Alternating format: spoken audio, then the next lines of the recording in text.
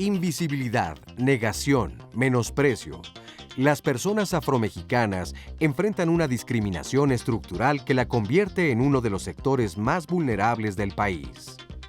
Según el perfil sociodemográfico de la población afrodescendiente en México, basado en la encuesta intercensal 2015 del INEGI, en nuestro país viven alrededor de 1.4 millones de personas afromexicanas, las cuales son víctimas de racismo, discriminación, xenofobia y violencia por su color de piel, etnia, usos y costumbres, además de ser personas invisibles al ejercer sus derechos a la educación, salud, empleo, vivienda y acceso a cargos de elección popular. Hoy, en Diálogos en Confianza, hablemos del trabajo que se ha realizado por el reconocimiento de los derechos de las personas afromexicanas.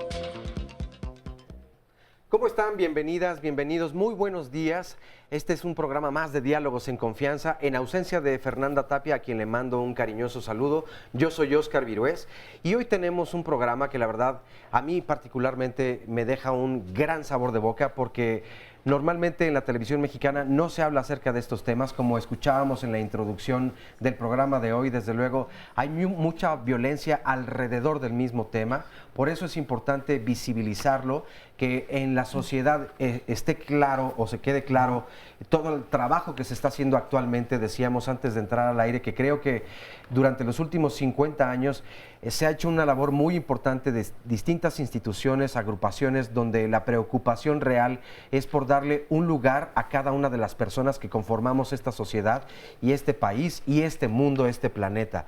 Entonces, desde luego, visibilizar esta situación es muy importante, por eso la invitación es para que nos acompañen en estas 2 horas del programa, donde de verdad se van a sorprender de todas las buenas acciones que se están haciendo, pero además de todo el camino y el trabajo que hay que recorrer y que se debe hacer y que cada una y cada uno de nosotros podemos aportar, desde luego, desde el conocimiento, desde la aceptación, desde nuestra casa, justamente ser un ejemplo y un parteaguas en esta situación. Así que pues nos da mucho gusto darles la bienvenida. Me da mucho gusto saludar a nuestra querida compañera Sandra González Rull. ¿Cómo estás? Muy buenos días, Oscar, Sandra. Muy bien, muy buenos días a todos, muy contenta de estar aquí con nosotros.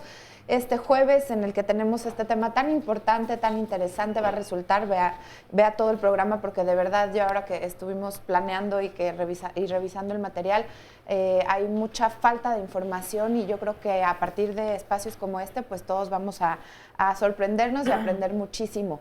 Los invito a que se queden y sobre todo a que participen. Recuerde, su participación es lo que es más importante, lo que hace este programa. Si tiene alguna pregunta, un testimonio que nos quiera compartir, puede llamarnos a la línea de contacto con la audiencia. Estamos durante todo el programa a través de Facebook Live para que no se lo pierda y nos puede dejar ahí abajo sus comentarios. Y si por alguna razón no puede terminar de ver el programa o cualquier otro programa que usted quiera consultar que ya haya pasado, lo puede buscar en YouTube. Así que ya, listísimos para arrancar con la presencia de todo el público. Perfecto, muchísimas gracias, mi querida Sandra. Y ahora voy a presentarles al panel que nos acompaña esta mañana, que además es un panel muy joven, pero con una participación y con una preparación, la verdad es que extraordinaria. Así que estoy muy contento de que estén todas y todos. Muchas gracias. Primero le doy la bienvenida a Cristina Masferrer León. Ella es maestra en Antropología Social, integrante de Afrodescendencias en México, Investigación e Incidencia AC, autora del libro Muleque, Negritas y Mulatillos, Niñez, Familia y Redes Sociales de los Esclavos de Origen Africano de la Ciudad de México. ¿Cómo estás? Bienvenida. Bien, muchas gracias por el espacio. Me parece que es muy importante que se den este tipo de espacios. Gracias. Bienvenida, pues muy buen día. Tobián Ledesma Rivera, analista política e integrante de la Asamblea Constituyente de la Ciudad de México. Muy buenos días. Hola, muy buenos días. Muchas gracias por la invitación y un gusto poder tener un espacio para contar tantas cosas que tenemos que decir sobre el tema. Desde luego, así será. Miguel Ángel Alanís Hernández, responsable de la Agenda de los Derechos de las Personas Afrodescendientes de la Comisión de Derechos Humanos del Distrito Federal, hoy Ciudad de México. Buenos días, muchas gracias por la invitación y es un gusto compartir el panel con estas personas tan valiosas. Desde luego, el placer también es nuestro, Miguel Ángel. Tania Ramírez Hernández, directora general adjunta de Vinculación, Cultura y Educación del Consejo Nacional para Prevenir la Discriminación, el CONAPRED. ¿Cómo estás? Bienvenida. Muchas gracias, gracias por la invitación y felicidades por entablar un espacio como este en el que le vamos a dar un buen tiempo para hablar de estos temas que no en todos lados se hablan. Gracias. Desde luego, no en todos lados y por eso es el día de hoy tan importante para nosotros. A mí me gustaría comenzar preguntando, poco se ha escuchado, o tal vez sea para ustedes la primera vez que van a escuchar el término afrodescendiente o afromexicanas, afromexicanos. Hemos escuchado tal vez afroamericanos, afrobrasileños, sin embargo, no sé qué tanto contacto tengamos con estos términos, qué tan nuevos son. ¿Cuál es la distinción o cuál es la diferencia entre afromexicanas, mexicanos y afrodescendientes? ¿Quién quiera responder primero?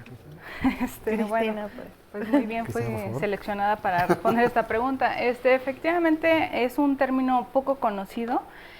Cada vez se conoce más, afortunadamente, pero pues lamentablemente hay mucho desconocimiento en general. Uno de los motivos es pues que no hay información, por ejemplo, en los medios de comunicación, por eso es tan importante este espacio.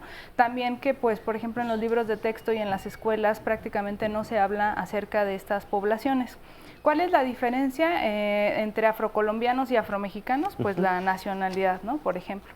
Pero tanto afrocolombianos como afromexicanos, afrobrasileños o afroamericanos son afrodescendientes, es decir, son personas que descienden de los millones de personas que vinieron de África al continente americano, sobre todo entre el siglo XVI y XIX, pero también en años más recientes. Entonces se trata de una migración que en su mayoría fue una migración forzada a partir de la esclavización de estas personas, aunque no todos fueron esclavos, y ese es un punto importante a destacar, pero prácticamente la esclavitud es parte importante de la historia de estas personas.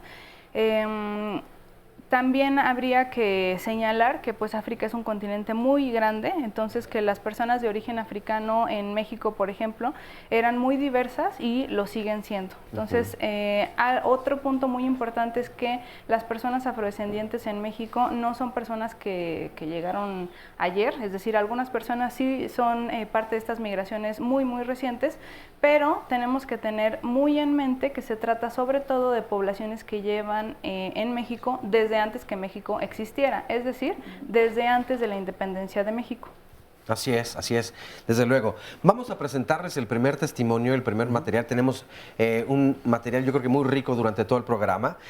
A continuación escucharemos la historia de Mayra Rita, que además tenemos que agradecer a la Fundación Semillas, quienes este año presentaron desde luego también la campaña #AfroMexicanaSoy, que busca darle pues, la visibilidad a las mujeres afrodescendientes de México o afromexicanas, como acabamos de escuchar. Así que vamos a ver entonces este testimonio y enseguida lo compartimos.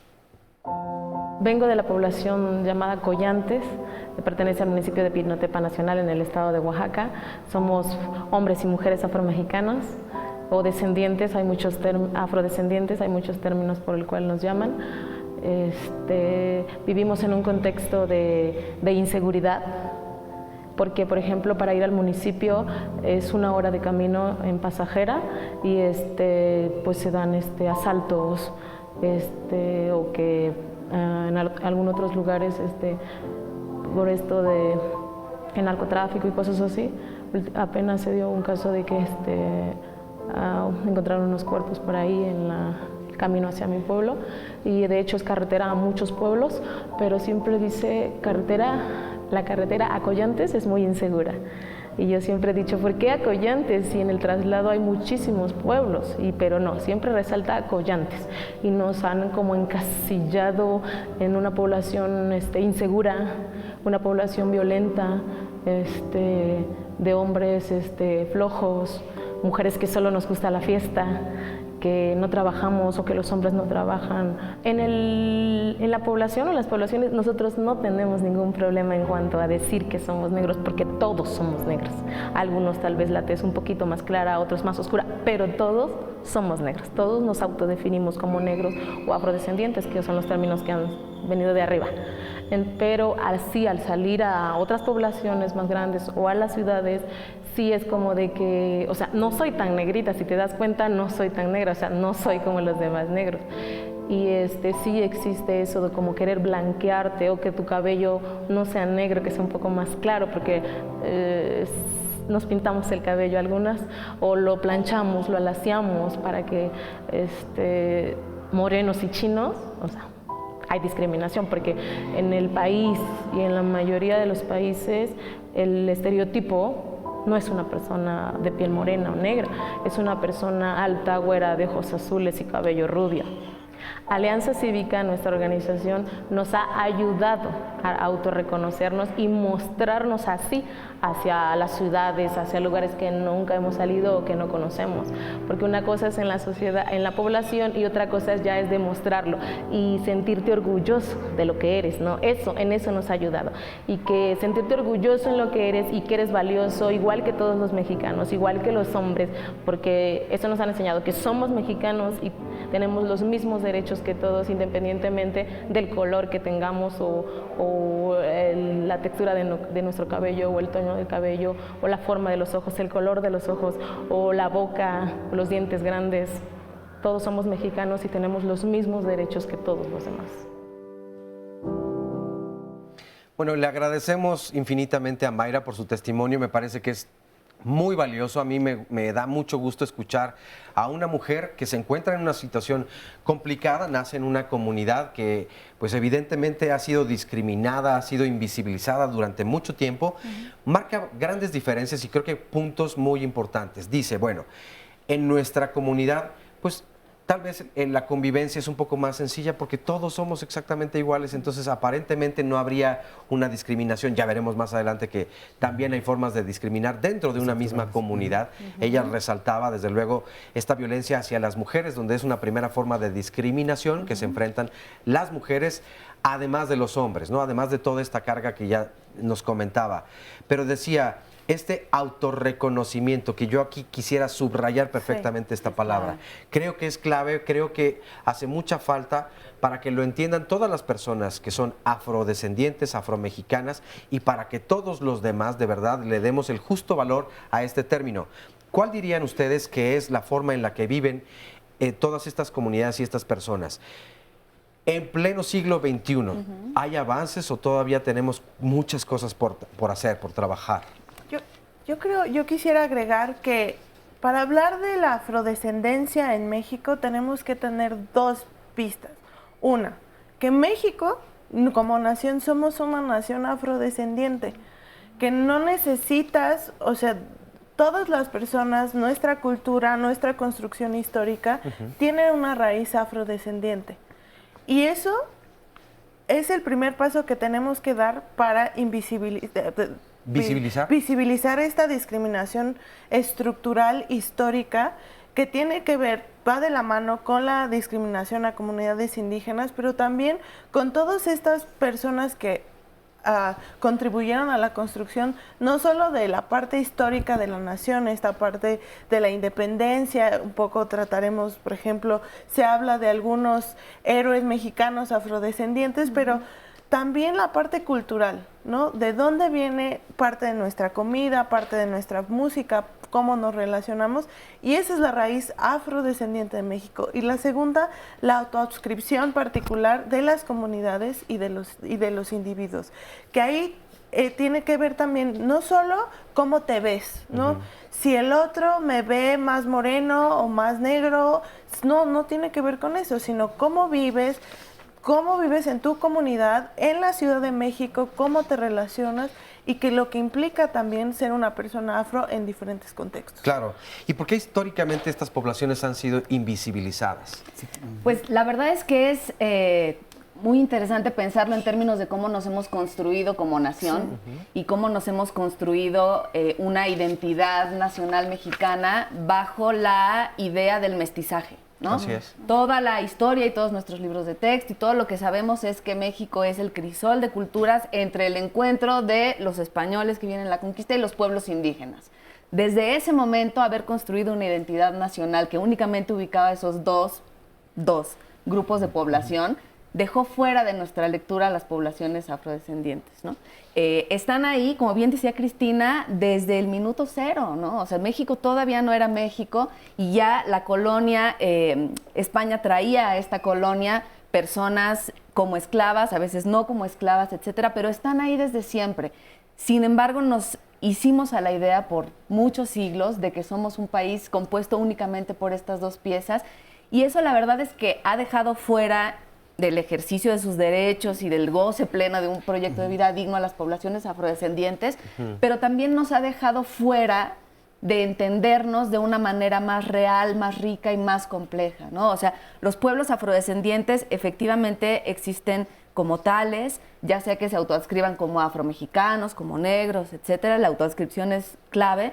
Y existen como pueblos y comunidades organizadas con sus costumbres, con su herencia histórica, etcétera, que en eso también el término afrodescendiente o afromexicano te habla no solo de un color de tez, ¿no? No solamente es la negritud, sino es la descendencia, de dónde, la cultura, la historia, ¿no? Pero si bien estas comunidades existen como tales, la verdad es que la afrodescendencia está en todas y en todos nosotros. Por supuesto. ¿No? En el color de piel de nuestros padres, abuelos, hijos, en el pelo más o menos rizado. O sea, a estas alturas ya también sería inocente o miope pensar que la afrodescendencia está aislada en algunos puntos del país. Solo algunos sectores y de la población mundial. Exacto. Estamos casi a punto de hacer una pausa y me parece que hay un tema que también es muy importante.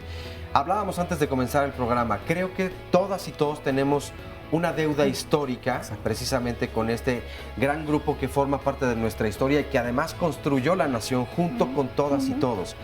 Ya hablaremos entonces en el siguiente para que Miguel Ángel nos puedas decir un poco de ello. Ahora, normalmente en nuestra nación decimos, bueno, es que nosotros como mexicanas, como mexicanos, somos personas que le damos la bienvenida a todo mundo. En realidad, no existe discriminación en nuestro país. Bueno, también regresando de esta pausa, vamos a darnos cuenta qué tanta discriminación pues nosotros mismos hacemos. Por supuesto. Volvemos, no se vayan. Pues ya estamos de regreso y les agradecemos mucho a todas las personas que ya nos están llamando y nos están dejando sus comentarios, como Regalado Díaz, que nos dice, excelente tema, yo soy orgullosamente afromexicana. Así se pone en el Facebook con ese nombre. Y después nos dice Papaloatl Mariposa, otro comentario de... lo mejor de poder estar de vacaciones es que ya los podré ver. Así es, mucha gente que nos dice lo mismo. Bueno, ya sobre el tema, Raquel Maganda dice, orgullosa afrodescendiente radicada en la Ciudad de México, una gran ciudad, pero donde también he experimentado que el racismo tiene incluso género, puesto que a mi hermano le han gritado, regrésate a tu país, y a mí ya es cotidiano que crean que soy extranjera y no mexicana por nuestras características afro. En mi caso no he recibido agresiones como en el caso de mi hermano. Ley Vera nos dice, muy buen programa, siempre abordan temas muy interesantes, saludos. Carolina Hernández dice, el que no tiñas tu cabello de rubio y lo planches es igual a tener una imagen descuidada y te juzgan como inculta o que solo tienes que dedicarte a labores como la limpieza. Aurus García dice, hay que apoyar a la población afrodescendiente, quienes por siglos han sido relegados. Son mexicanos con una cultura rica que aporta la grandeza de nuestro México. Mi bisabuela era afrodescendiente y eso me hace sentirme muy orgullosa. Y hay una pregunta muy importante que nos deja Lau Díaz, dice, ¿existen cursos o algo para saber si nuestro comportamiento es discriminatorio? Siempre habría creído que no lo soy, pero me he dado cuenta que a veces en ciertos temas sí lo soy y me apena reconocerlo, pero a veces lo hago inconscientemente. Muy importante esto. Sí, fíjate qué importante contribución. La verdad es que, y por eso decía en parte en el bloque anterior, no nos damos cuenta, está tan invisibilizado, está tan, tan sutil en ocasiones, a veces es completamente abayazador, pero en otras es sutil y entonces decimos, forma parte de nuestra cultura, sí somos nosotros, somos medio campechanos y tal. Pero por eso hablaba también de este adeudo histórico que tenemos, Miguel Ángel. ¿Qué opinas acerca de esto? Sí, de hecho, me gustaría enfatizar que, por ejemplo, desde Naciones Unidas con el Decenio de los Afrodescendientes, que comienza en el 2015 al 2024, uno de los elementos importantes es el reconocimiento de los aportes históricos, culturales, ¿no? Económicos, sociales, artísticos de la población afrodescendiente de México, ¿no? Es fascinante realmente observar y mirar un poco cuáles han sido los aportes desde la colonia, ¿no? Pasando por la revolución, la independencia, de la participación política que hicieron también las poblaciones para la conquista de los derechos humanos, para la libertad de las personas, ¿no? Es impresionante lo que se puede observar, pero siempre se ha quedado invisibilizado, ¿no? De hecho, en el primer encuentro de pueblos negros que se realizó y que es un punto fundamental en 1997, uno de los elementos era reconocer que somos parte de la población mexicana, reconocer que somos parte de la historia, porque hay una deuda histórica que tiene el Estado mexicano a este sector de la población, ¿no? Entonces me parece que uno de los elementos fundamentales para el ejercicio pleno de los derechos humanos, como nos comentaba Tania, tiene que ver con este proceso de reconocimiento, tanto a nivel normativo, en los marcos constitucionales federal, local, ¿no? Las leyes secundarias, pero también desde la perspectiva histórica, que es un elemento fundamental, porque si no me veo reflejado, si no veo que participé o mis ancestros participaron en estos procesos importantes de la construcción del Estado-Nación mexicano, ¿no? Seguramente estoy... Imagínate qué terrible, de verdad, imagínense el que no cuentes con un museo, no cuentes con libros que hablen acerca de tu ascendencia, que no hay un registro en realidad de todo el trabajo que se ha realizado, pues sí, desde luego te deja, yo creo que indefenso ante muchas cosas y la verdad es que no te puedes desarrollar correctamente. Es más, ¿cómo puedes crear un sentido de pertenencia, desde luego, en el país donde habitas o donde tu familia ha habitado desde hace tiempo, pero además vives este racismo, esta discriminación, esta violencia? Ahora, por otro lado, ¿por qué es necesario de verdad visibilizarlo o hacerlo de esta forma? Hay algunas personas, hace un par de semanas más o menos tocábamos un programa aquí en Diálogos en Confianza, donde hablábamos acerca del lenguaje incluyente y a muchas personas les parece que es irrelevante y que es hasta chocante el referirse a las y los hombres, ¿no? Por ejemplo, pero ¿por qué se dice lo que no se menciona no existe? ¿Por qué es importante y por qué algunas personas todavía encuentran esta resistencia de... Ahora de verdad tendré que decirles afromexicanas, afrodescendientes? ¿Es necesario todo esto? ¿Por qué sí es necesario? Y te interrumpo, Óscar, o complemento, porque justamente hay una llamada de la señora Laura y dice, se me hace rarísimo que en el panel no haya personas, pero pone afroamericanas. Estamos hablando de afromexicanos. Entonces, bueno, todo esto del lenguaje también tiene que ver. Claro. Sí, por supuesto. Y ahorita nos dicen, porque sí... nos está diciendo que él es afromexicano, o bueno, descendiente, o algunos de ustedes. Todos descendientes, sí, desde luego. Todos decíamos, todos tenemos un pedacito de mundo en este panel. Bueno, creo que hay que distinguir ahí, quizás todos tenemos o un origen africano, que eso es algo muy importante de reconocer, pero aquí en el panel solamente hay una persona afromexicana, que ya nos contarán la experiencia. ¿Por qué en el panel solamente hay una persona afromexicana? Bueno, primero porque no pudo venir una de las compañeras con las que trabajamos, pero también porque es muy importante que otras personas que no nos reconocemos como afromexicanos o como afrodescendientes estemos conscientes de la importancia de esta población y de estos aportes. No se trata de dejar a las personas afromexicanas, afrodescendientes o negras o morenas o afrojarochas o mascogo y tantos otros términos que existen. No se trata de dejarlos solos en su lucha y que solamente pues ellos luchen, sino que al contrario, se trata justamente de estar conscientes de la importancia y del papel que tenemos todas y todos en esta lucha, ¿no? En la defensa de una sociedad más justa y más igualitaria. Los derechos de las personas afromexicanas, yo no los defiendo porque yo lo sea, yo los defiendo porque yo quiero vivir en un México que sea verdaderamente justo y en el cual no haya racismo y no haya discriminación. Y en el cual todas las personas, como ya lo mencionabas, pues nos podamos desarrollar plenamente. quiero insistir en que estas personas y poblaciones sí se desarrollan plenamente a pesar de todos los obstáculos que se les imponen, porque a veces también eso lleva a la estigmatización, pues viven en condiciones tan deplorables que pues pobrecitos no se han desarrollado.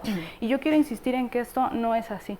Tenemos en la organización de la cual soy parte, hay personas afromexicanas que están estudiando un doctorado en ciencias biomédicas, que no es nada sencillo. Digo, ningún doctorado es sencillo, pero ese en particular a mí me parece bastante complejo. Entonces, sí son personas que se desarrollan plenamente y que aportan actualmente en el país, no solamente a partir de este tipo de estudios, sino incluso, por ejemplo, en la producción de papaya, de limón, de mango, en la ganadería. Entonces, cuando nos sentemos y desayunemos nuestra pedacito de papaya o usemos un limón, tenemos que pensar que ese tipo de producción también viene de personas afromexicanas, afrodescendientes o negras.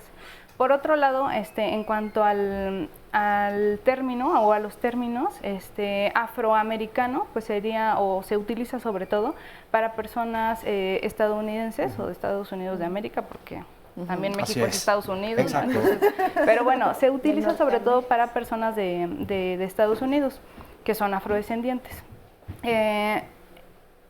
Bueno, en México se utilizan muchos términos, no al hablar yo creo de un término o de un lenguaje correcto, no políticamente correcto, sino correcto en términos de derechos humanos, que es algo fundamental de comprender. No se trata de, bueno, vamos a hacerlo así para que nadie se ofenda. No se trata de eso. No. Se trata de partir de una visión de derechos, porque esa es la visión internacional y nacional que debe regir nuestra conducta como personas, como ciudadanos y como medios de comunicación. Entonces sí se puede utilizar negros, morenos, todos los términos que se utilizan por las propias personas, pero también estar conscientes de que existen otros términos igualmente válidos como afrodescendientes o afromexicanos que dan cuenta de una historia y de instrumentos internacionales de derechos humanos. Por supuesto, importantísimo lo que estás diciendo. Y fíjate que tenemos una cápsula que me parece que va muy al calce de todo lo que tú comentas, del INEGI. Y es que el mes pasado se dio a conocer se dieron a conocer los resultados del módulo de movilidad social intergeneracional, MMSI por sus siglas, que realizó el Instituto Nacional de Estadística y Geografía, en el cual se encontró que las personas de piel más clara alcanzan un nivel más alto de estudios y además mejores trabajos. ¿Ustedes lo podrían creer? Bueno, pues vamos a verlo. De acuerdo con los resultados del Módulo de Movilidad Social Intergeneracional 2017, elaborado por el INEGI, en México existe desigualdad de oportunidades relacionadas con el color de piel. Este estudio relaciona el color de piel de las personas con el nivel de escolaridad que alcanzan y el trabajo que obtienen. Para este módulo, se aplicó una escala cromática que clasifica la piel de las personas en 11 tonalidades diferentes con el propósito de que el entrevistado identifique su color. En las personas que se autoclasificaron con un color de piel más oscuro, se observó un mayor rezago educativo. En quienes se consideran con tonalidad de piel más clara, tienen porcentajes más altos en estudios de educación media superior y superior. Si el tono de piel es oscuro, las personas están ocupadas en puestos menores. Cuando los tonos de piel son más claros, los porcentajes de ocupación en actividades de media y alta calificación se incrementan. Cabe señalar que este estudio, en el que participaron 32.550.407 mujeres y 29.277.062 hombres, ha generado polémica poniendo sobre la mesa el debate sobre la discriminación y racismo que impera en México. Bueno, allí está esta información. Decíamos mientras sucedía todo esto que es muy importante de verdad hacer las cosas de forma más profunda y tener mucho cuidado con la información que se reparte y cómo se dice o cómo se lee todas estas encuestas. La participación es importante y desde luego nos van dando primeros filtros. Sin embargo, hay que llegar un poco más allá. ¿Cuál es su opinión acerca de esta información? Yo quisiera decir que es una reflexión que he tenido porque en México nos cuesta mucho trabajo hablar de derechos específicos, ¿no? De las mujeres, de los jóvenes, de las personas indígenas. Vivir en igualdad y en democracia no es cómodo. Si esperamos que de un día para otro nuestro lenguaje vaya a ser más incluyente, no lo va a ser porque la construcción del mismo lenguaje cultural que tenemos está basado en la desigualdad. Sí. Y muchos de nosotros tenemos expresiones de exclusión en el tráfico, o sea, les invito a reflexionar cuando se enojan en el tráfico. Muchas veces de estas frases, ¿no?, son discriminativas y no es una onda de echar culpa a la gente, o sea, es el hecho de que hemos construido un lenguaje desigual porque así se han construido muchas cosas en México. Y ahorita en el tema de la encuesta intercensal y este estudio de INEGI, que tengo mis reservas sobre cómo expresan los resultados, porque no se trata de una competencia entre algunas personas. Creo que hay que tener mucho cuidado en cuando abordas la desigualdad en muchos sectores. El tema de reconocerse afromexicana, yo me reconozco afromexicana por mis orígenes de mi familia. Son migrantes afros de Cuba que llegan a México y que estando en Cuba o en México, pues el tema de la discriminación racial pues es muy parecido, ¿no? Entonces yo me reconozco así. Yo no lo supe que era hasta hace unos años, porque yo no sabía toda esta parte, porque a mí nadie me lo había explicado. Solo había conocido la desigualdad que, como lo comentaba una chica, ¿no? Mi hermano en el centro comercial es perseguido, ¿no?, constantemente. Y le dicen regresa a tu país, sí. Mi mamá en un viaje que tuvimos en Chiapas nos detuvieron pensando que éramos extranjeras, nos separaron incluso para demostrar, ¿no?, nuestra nacionalidad mexicana, y que además eso visibiliza una discriminación en otros sentidos a las personas de otros países. Desde luego, xenofóbica. Sí, entonces es muy importante estar visibilizando estos aspectos.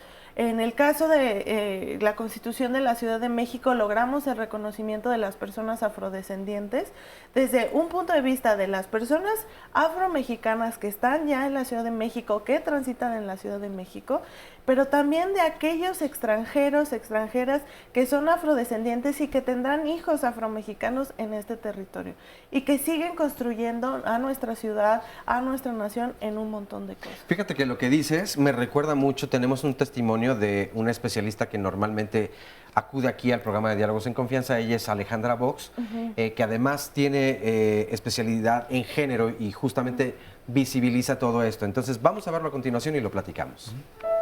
Yo siento que la época que me tocó a mí de infancia, no había esto, ¿sí? Realmente los niños y las niñas jugábamos y no nos preguntábamos de dónde éramos. Si acaso, solo recuerdo una vez un comentario de una niña que le decía a su mamá como una pregunta, ¿no?, que por qué yo tenía un color más oscuro que el de ella. Eso es lo que yo recuerdo. Pero no lo vivía como con una manera, digamos, de insulto, ¿sí? O cuando de repente llegábamos a algún lugar y volteaban a vernos, porque en ese tiempo, yo ahorita tengo 56 años, pues no era muy común que encontráramos en la Ciudad de México gente de raza negra. Casualmente vivíamos muy cerca de los Laboriel, que también son personas de raza negra. Entonces, el verlos pasar por donde yo vivía, pues era de alguna manera un poco un referente de decir, mira, pues resulta que por ahí habemos varios o algunos pocos de raza negra. Entonces, cuando yo me empiezo a dar cuenta, digamos ya más desde este lugar como de que hay una diferencia y de que puede ser una diferencia a veces positiva y a veces negativa, ya tuvo que ver ya en una etapa, yo creo que cuando terminó la universidad. Cuando yo salgo de la universidad y empiezo ya a buscar trabajo, a estudiar después la maestría y demás en el área que yo me desarrollo, empiezo a darme cuenta que sí, que de repente pues a veces la mirada de la gente no era así como de tanta aceptación, o se sorprendían porque a lo mejor pensaban que la doctora que se iba a presentar era una doctora pues mexicana o quizás con rasgos más bien rubios, pero pues me veían, yo veía que tenían una cara de sorpresa, sin embargo no necesariamente de rechazo, sino más bien como, ay, ¿no? Como, qué raro, ¿no? Entonces, ahí es donde yo siento que empiezo a darme cuenta que hay una diferencia, ¿sí? Y posteriormente siento yo, a tomar mayor conciencia de que sí hay una discriminación, de que sí hay a veces no solo miradas, sino también a veces comentarios acerca del color de piel, aunque a veces mi color de piel pueda ser tan parecido al de muchas personas que son 100% mexicanas, ¿sí? Pero que, digamos, empezaba yo a darme cuenta que había quizás un trato no necesariamente negativo, pero como si hubiera una molestia, porque pues porque yo iba a ir a sentarme a un restaurante y quizás la persona me iba a tener que atender, o porque yo llegaba en mi carro y el valet parking recibía el carro y entonces se sorprendían y ya la actitud era un poco como indiferente, ¿sí? Las diferencias que llega a haber de trato, ¿no? Y no me refiero solo en México, en el mundo, yo lo que hago es, la verdad, sentirme cada vez más orgullosa. Yo creo que algo que me ha servido mucho es saber que antes que nada, pues insisto mucho en esto, soy un ser humano que me merezco respeto, que me merezco tener los derechos que tiene todo mundo, ¿sí? Y desde ese lugar yo siento que es algo que me ha dado mucha fuerza.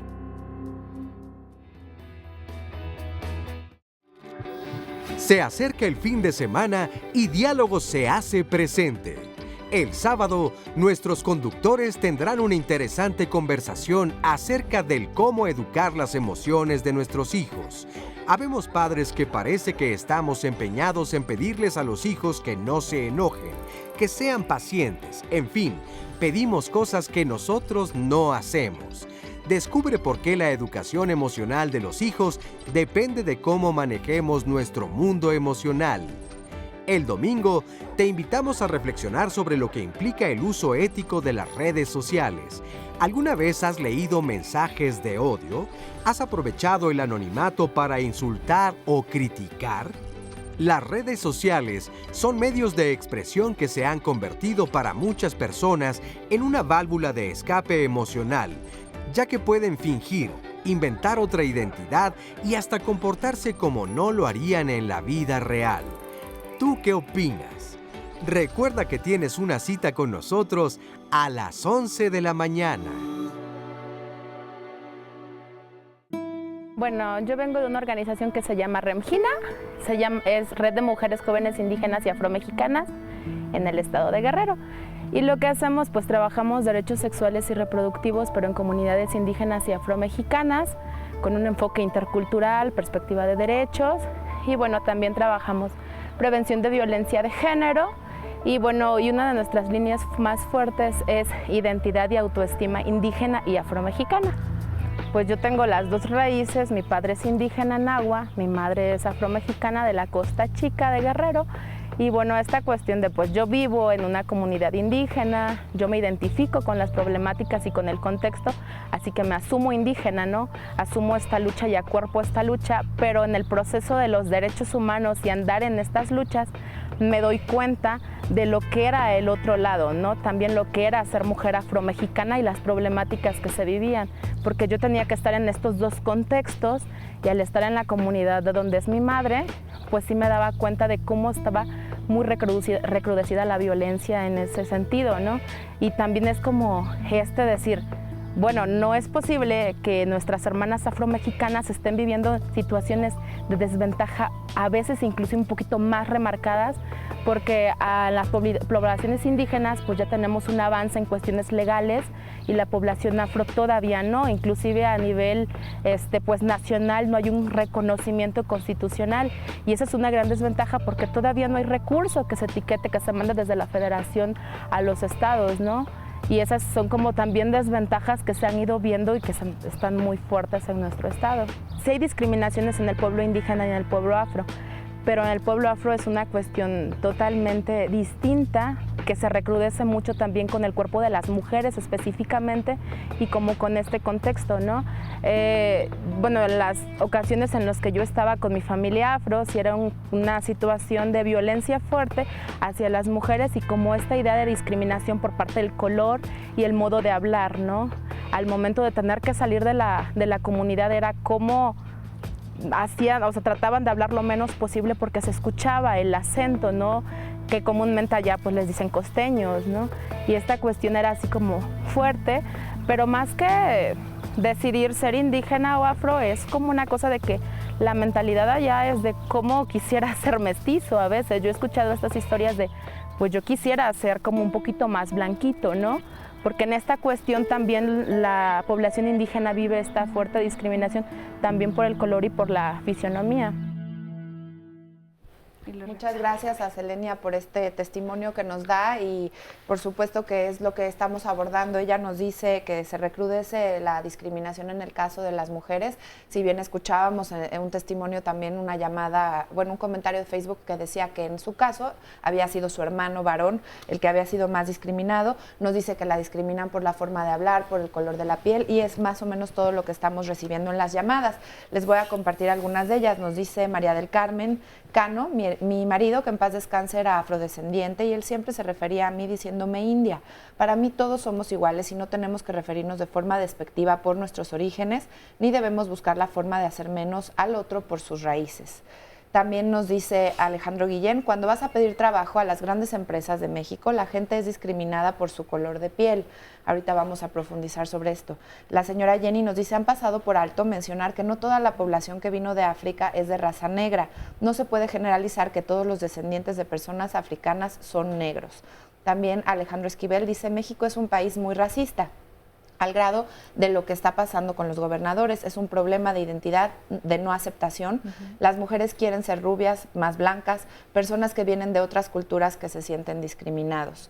Y, bueno, ya decíamos hace ratito que preguntaban sobre si había personas afrodescendientes en el panel y también más adelante vamos a escuchar los testimonios aquí en el estudio que nos acompaña. Desde luego, pues es una agenda apretadísima. Muchas gracias por comunicarse y compartirnos sus preguntas y sus comentarios.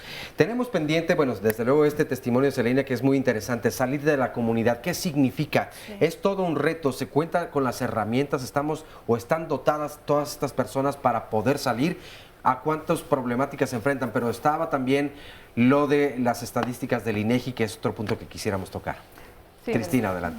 Bueno, pues primero decir que, como comentaba Ángel hace un momentito en el corte, es una demanda también de las organizaciones civiles, el hecho de la importancia de la visibilidad estadística, es decir, tener información estadística acerca de la situación y de las condiciones en las que se encuentran para poder crear políticas públicas acordes y que realmente resuelvan la situación. Sin embargo, hay que distinguir aquí muchas cosas para no perdernos, ¿no? Entonces, uno de los puntos es, primero, destacar la importancia del censo, por ejemplo, o de la encuesta intercensal y de la inclusión de esta población. Segundo, hay que decir que el color o el tono de piel, por supuesto que importa, eso es algo que ya lo sabíamos, pero es muy importante que se tengan ahora estos datos que lo confirman. Sin embargo, no hay que confundir tono de piel con afrodescendencia, porque se trata de fenómenos distintos y que sin embargo se relacionan. Es decir, alguien puede ser o tener un tono de piel oscuro y no ser afrodescendiente. Y al revés, alguien puede ser afrodescendiente y tener una amplia gama de tonos de piel. Sí. Y además, la discriminación no se limita al tono de piel, sino a otros elementos del cuerpo, o otros elementos de la fenovariabilidad o del fenotipo, aunque fenotipo también es un término criticado, pero no es el momento para discutirlo, ¿no? Entonces, bueno, también el cabello, la forma de los ojos, la forma de hablar, pero en cuanto al cuerpo, ¿no? En cuanto al cuerpo, todo el cuerpo, incluso la estatura, se ha visto que tiene una importancia en cuanto, por ejemplo, al acceso a educación y a trabajo. Entonces, hay muchísimos elementos que son importantes. Por supuesto que el tono de piel y el cabello se relacionan más con la población afrodescendiente que, pues, a lo mejor otros aspectos del cuerpo. Sin embargo, es muy importante tener claro que es diferente. Otro aspecto muy importante es que el tono de piel es una construcción social e histórica. ¿Qué quiero decir con esto? Que es imposible medirlo de manera certera. ¿Por qué? Porque el tono de piel cambia a lo largo de la vida. O sea, yo no tengo el mismo tono de piel que cuando era más pequeña. Claro. por muchos motivos. Y seguirá cambiando, además. Sí, y seguirá cambiando. Entonces, eso es algo muy importante. Y también la percepción. Yo puedo percibir su tono de piel de una manera en este momento. Y a través de la televisión lo puedo percibir de una manera. A través de una fotografía lo puedo percibir de otra manera. Si me lo encuentro en el mercado, lo percibo de otra manera. Entonces, la percepción del tono de piel es diferente y no es algo objetivo 100%. Oye, si lo tomáramos de forma biológica y de verdad con un grado o un rigor científico, la verdad es que solamente el 0.01 del genoma humano se encuentran estas diferencias. Es decir, toda esta discriminación racial es, como bien decías tú, una construcción social completamente que tiene que ver con cómo nos desarrollamos o cómo nos llevamos nosotros. Porque en cuanto a las variaciones, tanto del cabello como del color de la piel, el tono, el grosor incluso, tiene que ver con nada en realidad de la diferencia que existe, ¿no? Entonces, de hecho, ese es otro problema muy grave que tiene el módulo de movilidad del INEGI. Lo más grave no es que haya medido tono de piel y todo esto, que puede ser muy importante. Lo más grave es que en los resultados, en un documento oficial, hablan de razas. Cuando las razas no existen en términos biológicos, hablan de raza mulata, raza asiática, no sé qué signifique eso. Estoy segura que ni siquiera ellos lo saben porque eso no existe.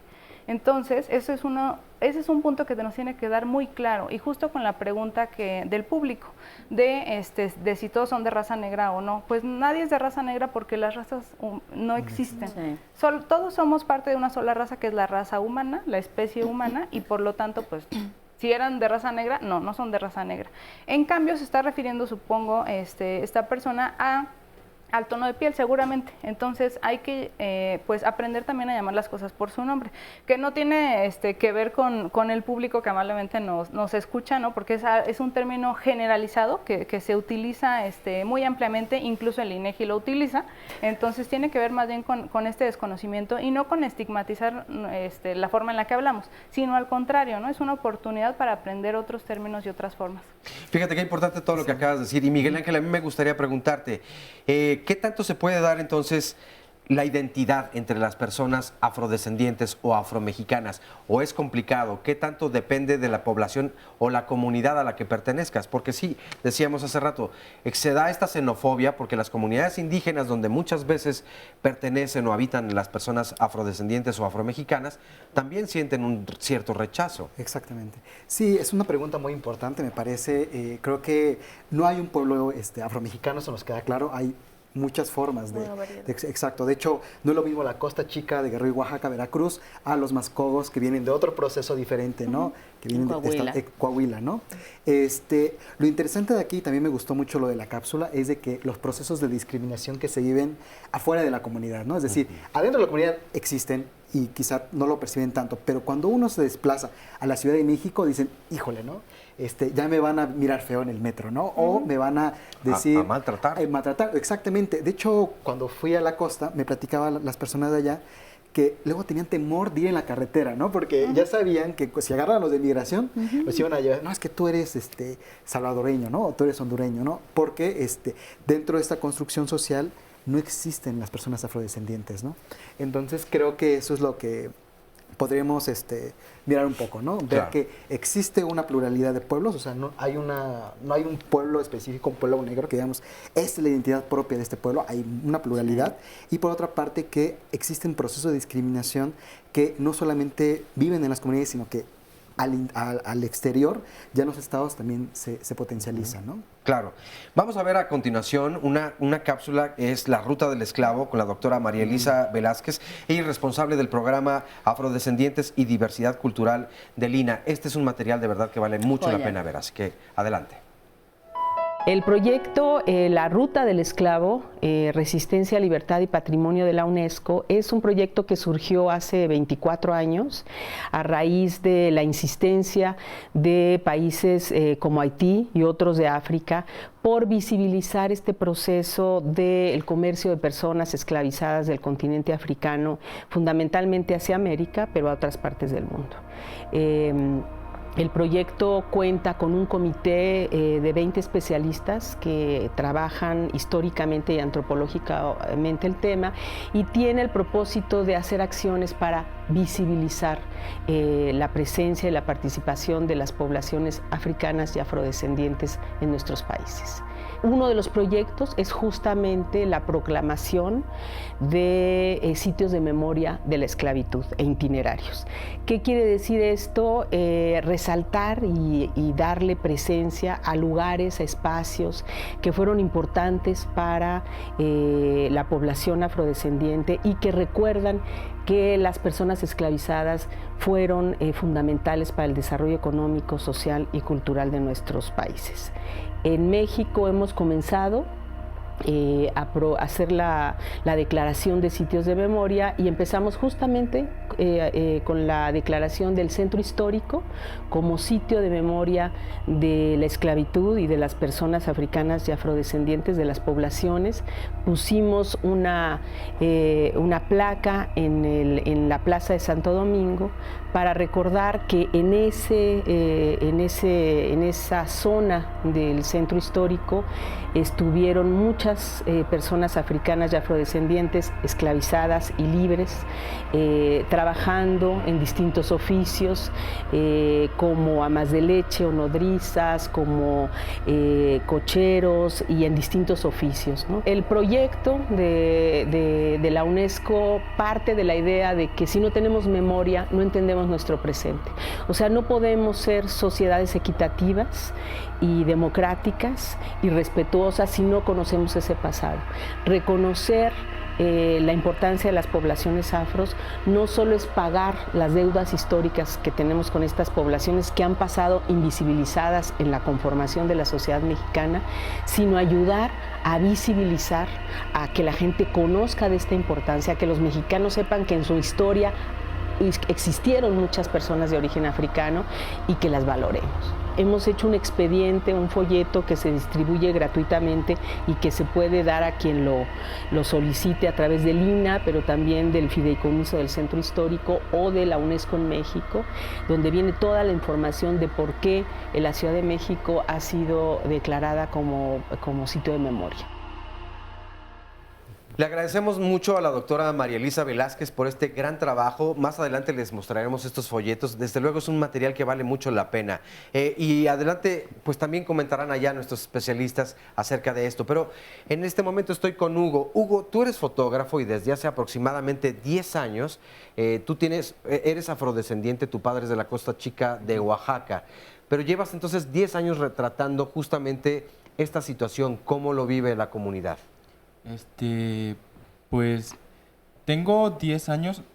Bueno, para empezar nací en la Costa Chica, en la comunidad de Lo de Soto, Oaxaca, y después por problemas de salud de mi papá nos mudamos a Coajinicuilapa, donde pues prácticamente hice todos mis estudios desde la primaria hasta la prepa, estudié en la universidad de ahí también, y durante todo ese tiempo yo veía que no había como nada en los libros que nos dijera, a ver, aquí están los afrodescendientes en la Costa Chica.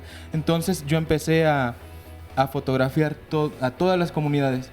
Había un grupo cultural cimarrón donde estudiábamos pintura y mientras íbamos a dar talleres de pintura a las comunidades, yo me dedicaba a fotografiar. Entonces, ¿cómo impacta este trabajo que hago a la población? Uno de las cosas más importantes que yo pienso que creo que debo resaltar es que en mi trabajo fotográfico resalto la dignidad de esta población afrodescendiente. ¿Te parece si hacemos una breve pausa ahorita para que vayamos a hacer un corte y nos terminas de contar tu historia regresando del mismo? Ok. No se vayan, estamos aquí en Diálogos en Confianza.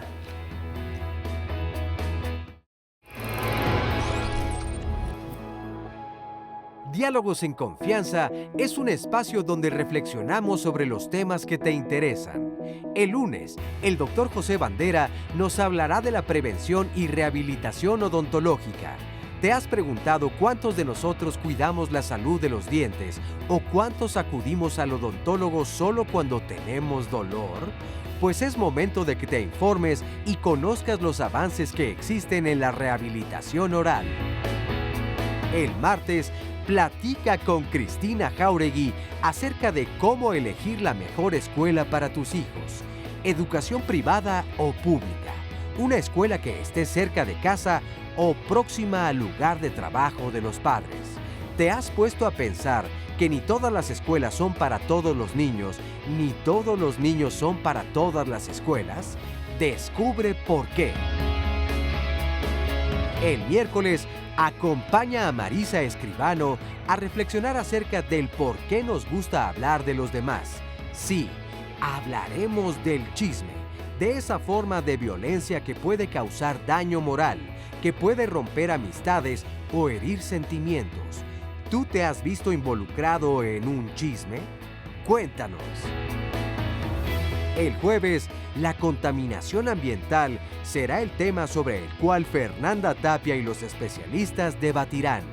Que si el aire, que si la basura, que si el agua, que si el cambio climático, en fin, como ciudadano, ¿qué has hecho para reducir las consecuencias de la contaminación ambiental? El viernes, Carmen Muñoz te espera para hablar de la gratitud en la relación de pareja. Dicen los expertos que a aquellas parejas que demuestran gratitud el uno con el otro, les es más difícil que lleguen a separarse a pesar de las crisis que enfrenten. Te invitamos a darte un espacio para que en lugar de ver los conflictos, te preguntes qué tienes que agradecer a tu pareja. Si quieres asistir a alguno de los programas, puedes llamarnos al 53 41 44 35 o bien escribirnos a las redes sociales. Bueno, pues allí tienen todos los programas o los temas que vamos a hablar la próxima semana aquí en Diálogos en Confianza. ¿Tú a cuál vas a venir, Hugo? Todavía no lo eliges. Pero no te preocupes.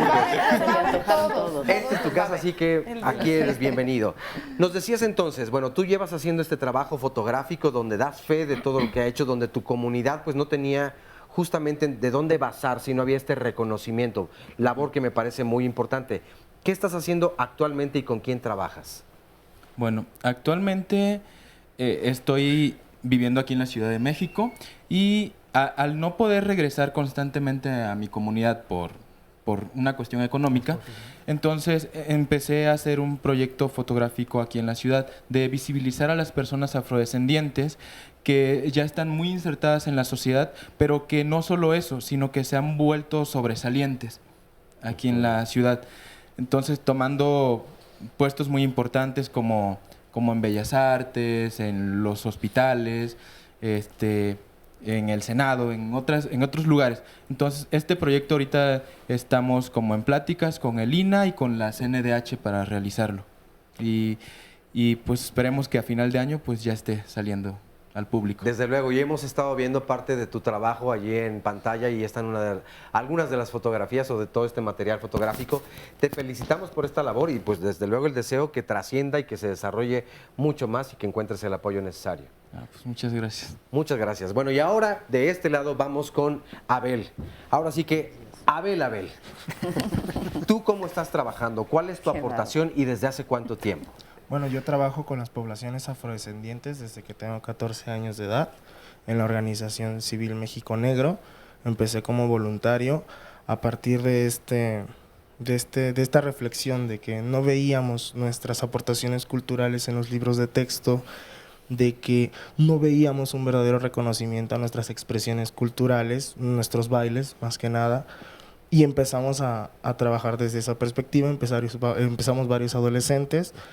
Nuestras carreras universitarias siempre las forjamos con esta visión hacia los pueblos afrodescendientes. Soy licenciado en Derecho y desde hace 3 años fuertemente hemos buscado los espacios de expresiones juveniles para incluir el tema afrodescendiente.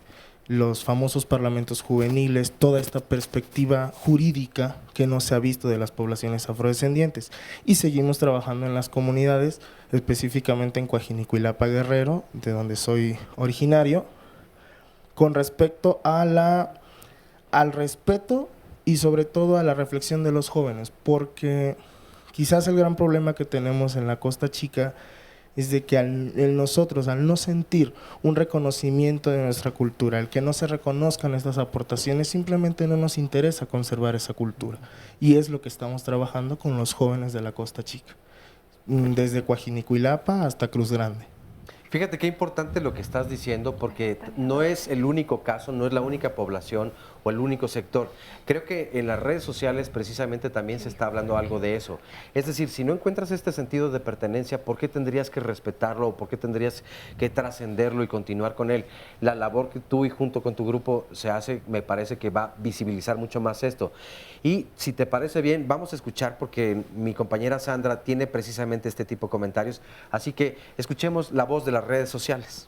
Así es. Aquí nos dice Leiber en Facebook Live, la tercera raíz en la Costa Chica son bien reconocidos entre las comunidades como un grupo étnico más de la Costa Chica y la montaña. Fuera de ahí son vistos como extranjeros.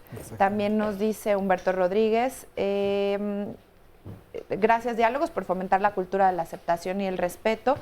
Excelente y bendecido día, nos dice Sergio Heredia. Creo que el racismo está más presente que nunca, solo basta con dar un vistazo a las redes sociales. Los chistes, los memes van dirigidos a menospreciar a todos los seres y esto tiene influencia en nuestra mente, toda esta manera de comunicación. Desde lo básico y sencillo debemos de empezar. También nos dice Morenita Espinosa, el racismo es la causa por la que los jóvenes ya no queremos hablar nuestras lenguas como cuando somos muy jovencitos, ya cuando somos adultos, como en mi caso, que ya no me importa. Pero aquí en Jalisco no dicen guachumaras y no entiendo por qué somos así. ¿Acaso la piel blanca vale más? También nos dice Tania Duarte, quiero felicitarlas y felicitarlos y a los panelistas y a Canal 11 por incluir un tema tan importante. Quiero resaltar que un problema muy grave es que la mayoría de las y los afromexicanos no saben que son afros, no estamos mencionados en ningún libro de texto y ningún otro, y no existe material digno que nos permita restaurar una identidad.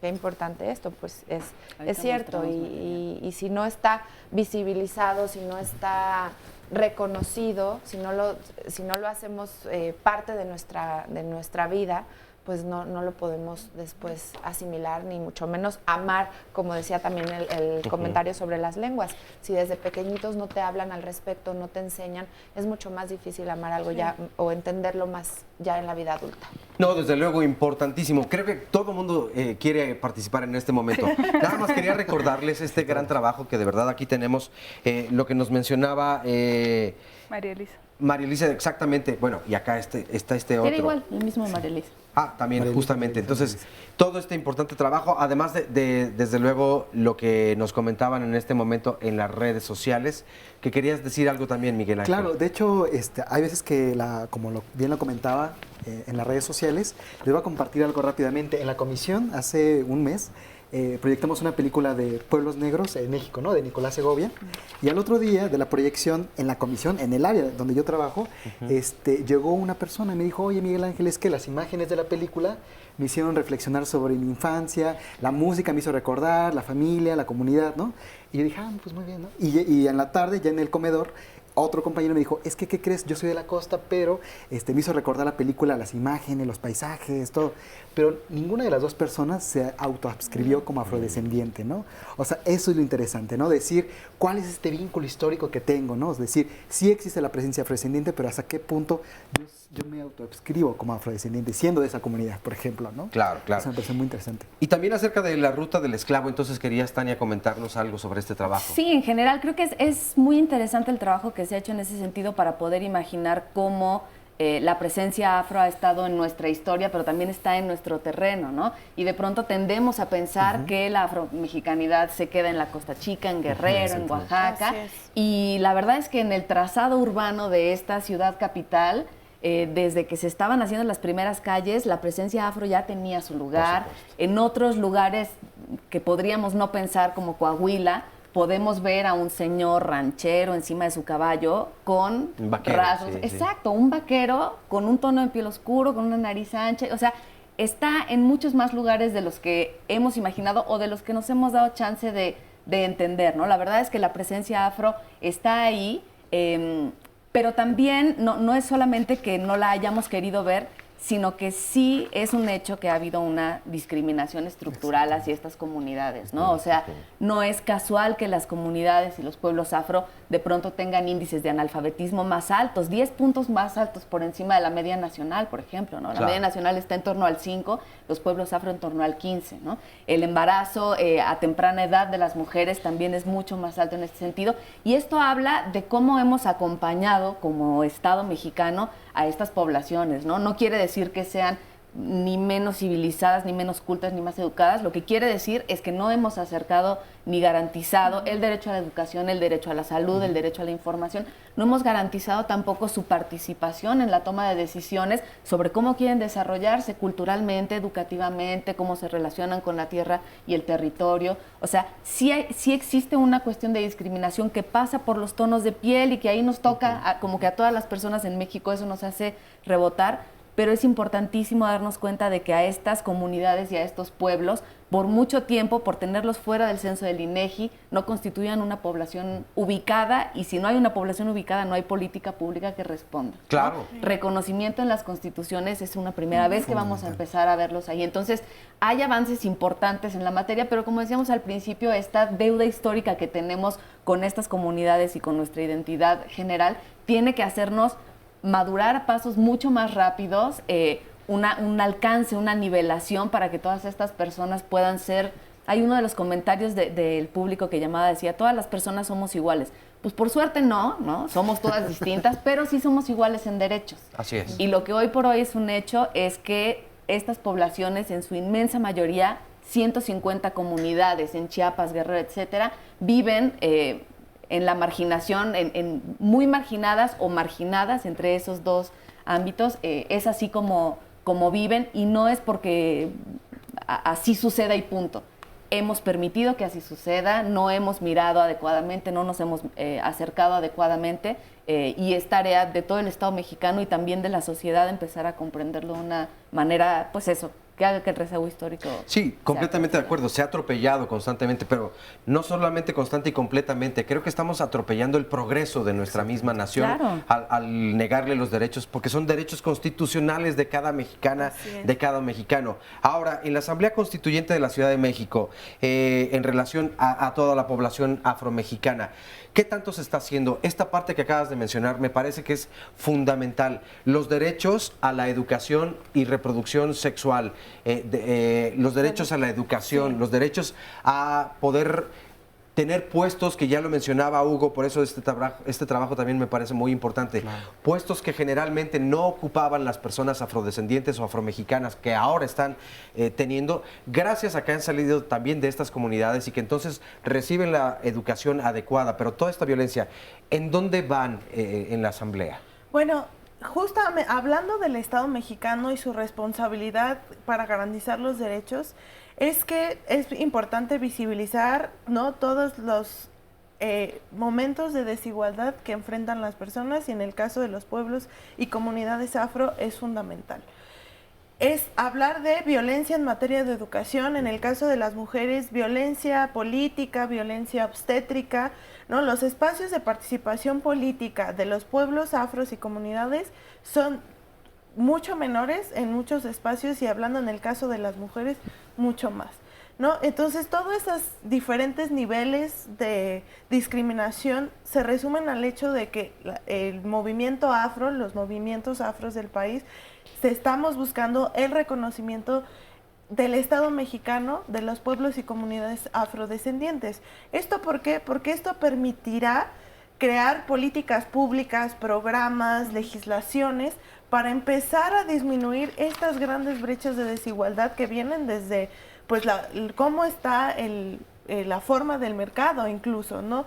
Donde son más útiles ciertas personas en ciertos espacios. Entonces, es por eso que el esfuerzo en la Asamblea Constituyente fue que en la Ciudad de México diéramos este debate. Era un momento de tener, ¿no?, una asamblea legislativa, un órgano legislativo que tenía como el ojo del público para dar este debate de la asamblea de las personas afro, al principio era muy difícil porque lo que me decían a mí era, ¿y los demás extranjeros por qué no los reconocemos? ¿Y por qué si las personas afro-mexicanas están en las costas? Entonces, todos estos materiales de la construcción mexicana, histórico y el lenguaje histórico fue fundamental para el reconocimiento en la Asamblea Constituyente, y que está en el artículo 11 en los grupos de atención prioritaria, que ahí pues ya lo pueden checar, y que el punto siguiente será unas políticas públicas incluyentes y una ley secundaria. Oye, Tobián, y rápidamente, ¿qué es, para que nos los expliques? Yo sé, no es tan fácil de hacerlo, pero ¿qué es el amicus curiae? Sí. ¿Y qué se hace con ello en la Asamblea? Bueno, para contextualizar, en la Ciudad de México tenemos una nueva Constitución que fue publicada en febrero de este año y está en un proceso de revisión e impugnaciones en la Suprema Corte de Justicia. Uno de los temas son los grupos de atención prioritaria, que no son solo personas afrodescendientes, sino jóvenes, mujeres, personas en situación de calle, en fin. Y a cualquier persona que quiera defender el contenido de la Constitución puede presentar algo que se llama amicus curiae, que es una serie de argumentos de decir por qué es importante que ciertos contenidos no se sostengan en alguna ley, en alguna Constitución.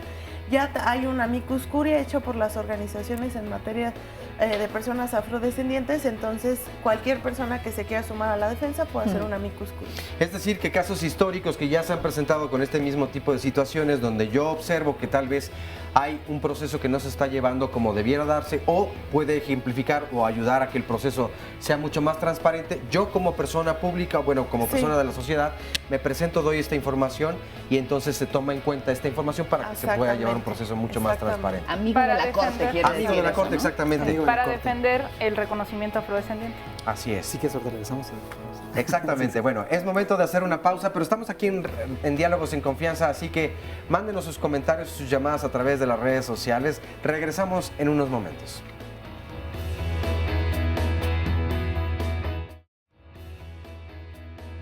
Es un término poco conocido. Cada vez se conoce más, afortunadamente, pero pues lamentablemente hay mucho desconocimiento en general. En los libros de texto y en las escuelas prácticamente no se habla acerca de estas poblaciones. En su mayoría fue una migración forzada a partir de la esclavización de estas personas. Que México, como nación, somos una nación afrodescendiente. Todas las personas, nuestra cultura, nuestra construcción histórica, tiene una raíz afrodescendiente. Parte de nuestra comida, parte de nuestra música, cómo nos relacionamos, y esa es la raíz afrodescendiente de México. Nos hemos construido una identidad nacional mexicana bajo la idea del mestizaje. Todo lo que sabemos es que México es el crisol de culturas entre el encuentro de los españoles que vienen a la conquista y los pueblos indígenas. Desde ese momento, haber construido una identidad nacional que únicamente ubicaba esos dos grupos de población, dejó fuera de nuestra lectura a las poblaciones afrodescendientes, ¿no? México todavía no era México y ya la colonia, España traía a esta colonia personas como esclavas, a veces no como esclavas, etcétera, pero están ahí desde siempre. Existen como pueblos y comunidades organizadas con sus costumbres, con su herencia histórica, etcétera. Afrodescendiente o afromexicano te habla no solo de un color de tez, ¿no? No solamente es la negritud, sino es la descendencia, de dónde, la cultura, la historia. Uno de los elementos importantes es el reconocimiento de los aportes históricos, culturales, ¿no? Económicos, sociales, artísticos de la población afrodescendiente de México, ¿no? Uno de los elementos era reconocer que somos parte de la población mexicana, reconocer que somos parte de la historia, porque hay una deuda histórica que tiene el Estado mexicano a este sector de la población. Los derechos de las personas afromexicanas, yo no los defiendo porque yo lo sea, yo los defiendo porque yo quiero vivir en un México que sea verdaderamente justo y en el cual no haya racismo y no haya discriminación. Estas personas y poblaciones sí se desarrollan plenamente a pesar de todos los obstáculos que se les imponen. Bueno, pues existe un decálogo, el cual es para la defensa de los derechos de las personas afrodescendientes y afromexicanas, básicamente en la Ciudad de México. Bueno, como bien dice su nombre, consta de 10 puntos, los cuales son para la defensa de estos derechos. Uno de ellos es la no discriminación, una educación más igualitaria, más equitativa, políticas públicas para este sector de la población. Y pues este decálogo no solamente lo hice yo, lo hicimos entre varias organizaciones de la sociedad civil, en las cuales se encuentran Afrodescendencias en México, la cual está integrada por varios académicos del tema. La red integra, son aproximadamente 10 asociaciones civiles, las cuales estuvieron a cargo de la escritura del decálogo. Se nos hizo la invitación para escribir algo que se llevara a presentar a la Asamblea Constituyente en el marco de la escritura de la Constitución de la Ciudad de México. Entonces, pues comenzamos a contactar a diversas asociaciones, las cuales apoyarían y firmarían este decálogo, y después se hizo la presentación en la Comisión de los Derechos Humanos del Distrito Federal, el cual se hizo la presentación ante varios revisores y ante algunos constituyentes. No solamente se hizo la lectura de este decálogo, sino también se presentaron casos específicos que atentaban contra los derechos de esta población. También varias de las asociaciones que lo escribimos, también metimos un amicus curiae, para la defensa de la Constitución y que se siga, que sea la defensa de la Constitución y en sí que haya el nombramiento de la población afrodescendiente. Está muy interesante.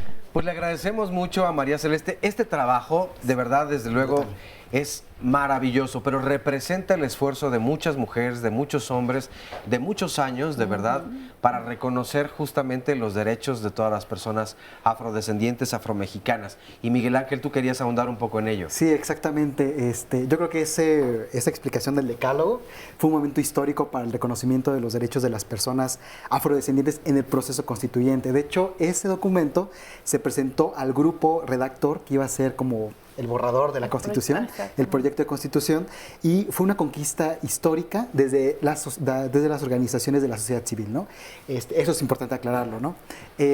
Posteriormente, ya que fue reconocido en el borrador, que iba a ser discutido en la Asamblea Constituyente, las organizaciones también empezaron a impulsarlo en los espacios que habían abierto la Asamblea Constituyente, ¿no? En la audiencia pública que hizo la Comisión de Carta de Derechos, la Comisión de Derechos Humanos acompañó el proceso de manera muy respetuosa, respetando también la autonomía de las organizaciones, y posterior también, ya en la discusión en el Pleno, pues bueno, hubo como Tobián y otras personas que estaban dentro de la Asamblea Constituyente defendieron ese reconocimiento, y posteriormente, ya después del 5 de febrero, cuando se publica la Constitución, vemos que ese logro, esa conquista ciudadana que se había articulado en ese momento, que fue el 6 de julio, no se me olvida, lo tenemos muy presente en la Comisión de Derechos Humanos del DF, se marcó, se reconoció a la población en 4 elementos muy interesantes: patrimonio cultural, el derecho a la igualdad y la no discriminación, el derecho a la autoadscripción, el derecho a la memoria histórica, ¿no? O sea, una cosa muy brillante, y que es importante aclararlo, que el reconocimiento de la Ciudad de México es muy diferente al reconocimiento constitucional que se hace en Guerrero y Oaxaca, ¿no? Porque me da la interpretación que en Guerrero y Oaxaca el reconocimiento de los derechos de las comunidades y pueblos afromexicanos, así dice en la redacción, está a la luz de los derechos de los pueblos indígenas. Sin embargo, en la Ciudad de México se da el reconocimiento de las personas afrodescendientes y afromexicanas en un apartado específico de la Constitución, que es Carta de Derechos, ¿no? Muy aparte de lo que son los derechos de los pueblos y comunidades indígenas de la Ciudad de México, ¿no? No, bueno, pues una labor de verdad titánica, pero vital, y un gran reconocimiento. De verdad, un aplauso para este gran logro. Y bueno, ahora, si les parece, vamos a escuchar también la voz de las personas que se están sumando y hablando de este amicus curiae, pues es formar también entre todas y entre todos esta historia, esta parte y este orgullo y este adeudo histórico que se tiene. Así que vamos a escuchar los siguientes comentarios. Sí, Sandy. miren, aquí nos dice Javier Hernández: también tenemos raíces árabes, ya que estuvieron varios siglos con los españoles antes de que vinieran a América. Estamos muy familiarizados con todas las razas, aunque ya nos aclararon que como tal no son razas. El doctor Roger Maubois nos dice: todos somos afrodescendientes, África es la cuna de la humanidad, y esto no es un mito, es un resultado de los conocimientos científicos profundos. Los afrodescendientes llegaron en el transcurso del último medio milenio en contra de su voluntad, cometiendo así un crimen contra la humanidad, la esclavitud. Y también quiero enfatizar la necesidad de erradicar la discriminación y la necesidad de la reparación. Esto es un grito generalizado de los afrodescendientes y está institucionalizado por las Naciones Unidas. También nos dice Luis Rublo, deben considerar 3 símbolos culturales de la negritud en México. Durante la colonia surgió la leyenda de Córdoba, el segundo, José Vasconcelos, homónimo del filósofo llamado el Negrito Poeta, y Sor Juana Inés de la Cruz, autora de villancicos a los cuales llamó negrillos. Otra contribución del público que nos dice aquí un profesor, Arturo Talavera, es importante denotar que ante la educación primaria te enseñaban que la mezcla de las 2 culturas, la española y la azteca, da la división de clases entre criollos, mestizos, mulatos y se dividía en 24 o 25 clases de agrupación de clase y recordar que se traen personas de color porque se diezma la población indígena por la viruela. En esto se reduce el 90% de los originarios de América y nosotros somos americanos porque nacimos en América. Y también Rubén Robledo que nos dice, los felicito por los diversos temas que tratan día a día y les comparto que sí existe un registro de la raza negra que llegó a México. Están los registros en los libros de bautismos de las iglesias parroquiales. Y dice, aunque no estuvieran bautizados, relataban en estos libros si los terratenientes tenían mulatos, negros u otra raza en su propiedad. Muchas veces los españoles de dinero se llegaban a casar con una mujer negra y en su caso la mujer con un hombre negro. Ahí están todas estas aportaciones. Agradecemos muchísimo todos sus comentarios. Aquí los seguimos leyendo y atendiendo. Desde luego, muchas gracias. Valiosas aportaciones. Y ahora estamos con María Cristina y con Julián. Julián, tú eres mixteco. Sí, yo soy mixteco de la costa de Tetepec y mi esposa es afrodescendiente. Oye, cuando la conociste, desde luego te conquistó inmediatamente. Claro, sí, por supuesto. ¿Tú estabas familiarizado con todos estos términos, con afromexicana o afrodescendiente, con la cultura? Nosotros vivimos en la región costa de Oaxaca, en el cual están los mixtecos, están los chatinos y están los afrodescendientes. Entonces, hay lugares específicos como Pinotepa Nacional, en donde nos juntamos en los mercados, en los parques, en el mismo trabajo. Ahí es en donde logramos, ahora sí que flecharnos, conocernos y ahí convivimos también mixtecos, afrodescendientes, chatinos, y los mismos mestizos de Pinotepa también que existen. Entonces ahí es en donde nosotros siempre estamos en contacto, en las oficinas de gobierno como los ministerios públicos, el ayuntamiento, el Palacio Municipal, son oficinas el registro civil que siempre estamos en contactos y nos cruzamos muy continuamente. Entonces, pues es el espacio donde y yo más cuando ya formé una familia con un afrodescendiente, pues ya fui a visitar una comunidad, se llama El Ciruelo. Es una agencia municipal del municipio de Pinotepa Nacional, en el cual platico con la familia de mi esposa, mi suegro, en el cual ya conozco algunas problemáticas que ellos tienen. También, por ejemplo, ellos me dicen, no, es que ustedes pueden ir, dice, a oficinas y tienen beneficios, dice, pueden tener proyectos ganaderos, pueden tener proyectos de agricultura, porque son personas indígenas, dice. Y nosotros vamos y nos dicen que no, ustedes no, y no pueden beneficiarse de proyectos. Entonces son cuestiones que ya fui conociendo y ahora que ya entro en contacto con directo y consanguíneo ya con personas afrodescendientes. A ver, déjame platicar ahora con María Cristina. ¿Tú cómo sientes a raíz de justamente esta unión donde varias comunidades entonces, pues en conjunto realizan labores que a lo mejor no conocían unas u otras? Entonces, no solamente es eso, de entrar en contacto socialmente con otras comunidades, sino la aportación que cada uno y la ayuda que reciben unos de otros. ¿Qué tan importante ha sido para ti? Sí. Mire, aquí es muy importante recalcar la cultura, las costumbres y todas las actividades son diferentes. Yo me identifico con la problemática de las dos culturas.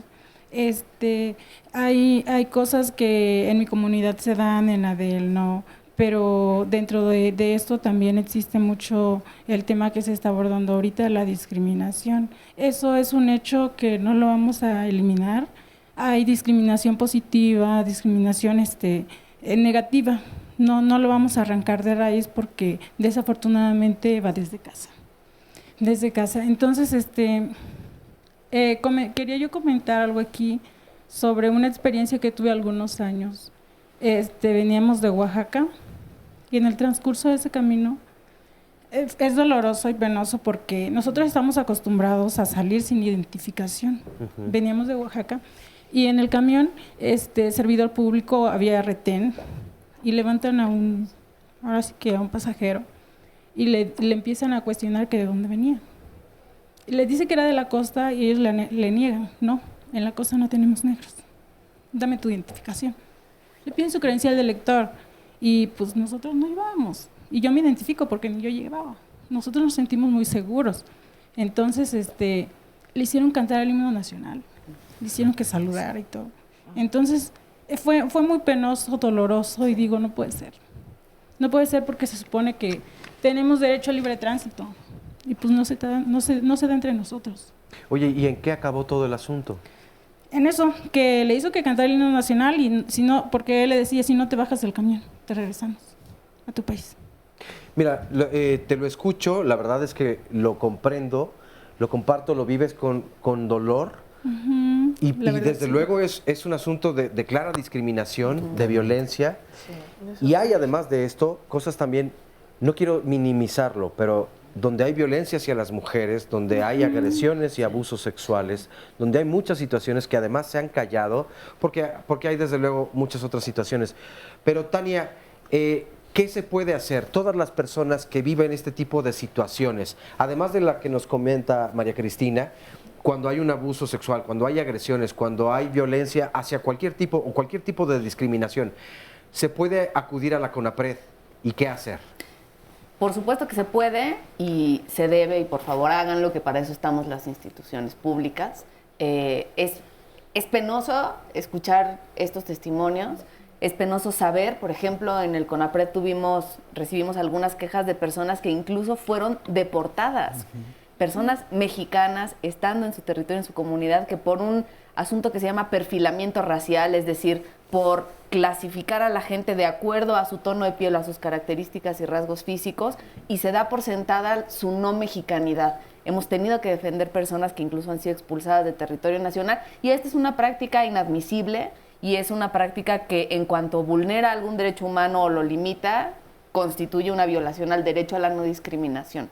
Acérquense por favor al CONAPRED, ahorita dejaremos los datos y estarán pasando en pantalla seguramente para que se acerquen, porque cuando alguna institución pública o la autoridad limita de sus derechos a las personas por este asunto de su apariencia, de su tono de piel, estamos hablando de discriminación en uno de sus más claros casos y tenemos que ser muy duros y tenemos que ser muy enfáticos y ejemplares en que esto no se puede permitir. Ahora, hay un punto que me parece muy importante que nos decía María Cristina.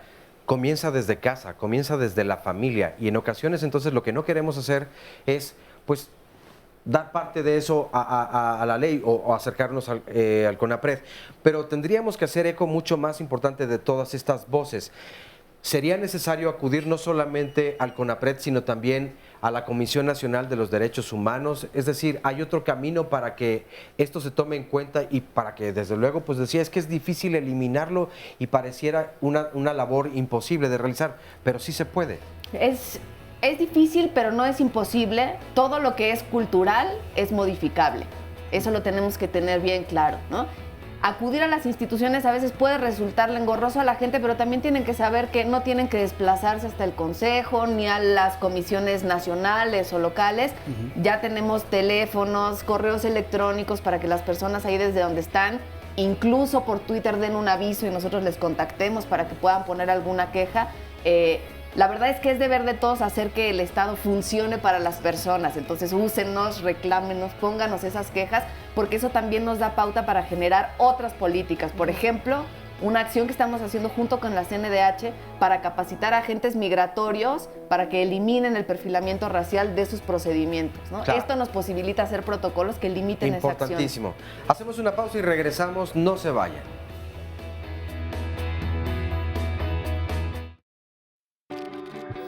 Se acerca el fin de semana y Diálogo se hace presente.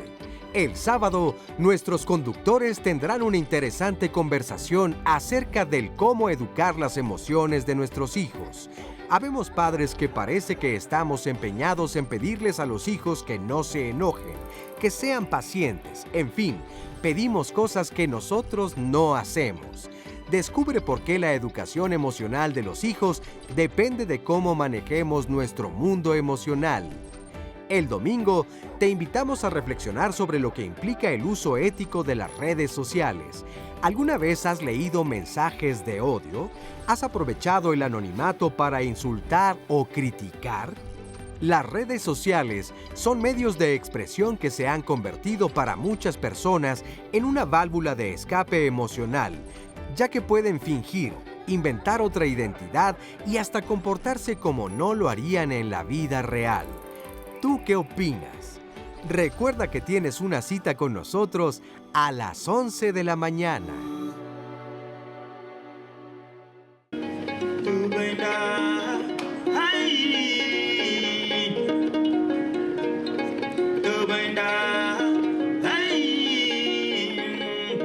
La Casa Hankili África nació en 2008 y Hankili significa espíritu y So significa lugar, espacio en Bamanaka, entonces es decir, el lugar en el cual sopla el espíritu de África.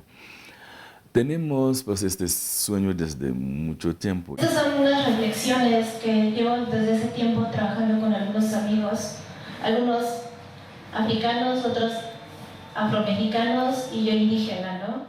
Y llegando aquí en acogida solidaria, porque pues llegué como escritor en México, decidí quedarme aquí y he trabajado en muchas universidades, pero me faltaba esta parte de que lo que creo que es fundamental es seguir trabajando a hacer que se conozcan más los pueblos negros.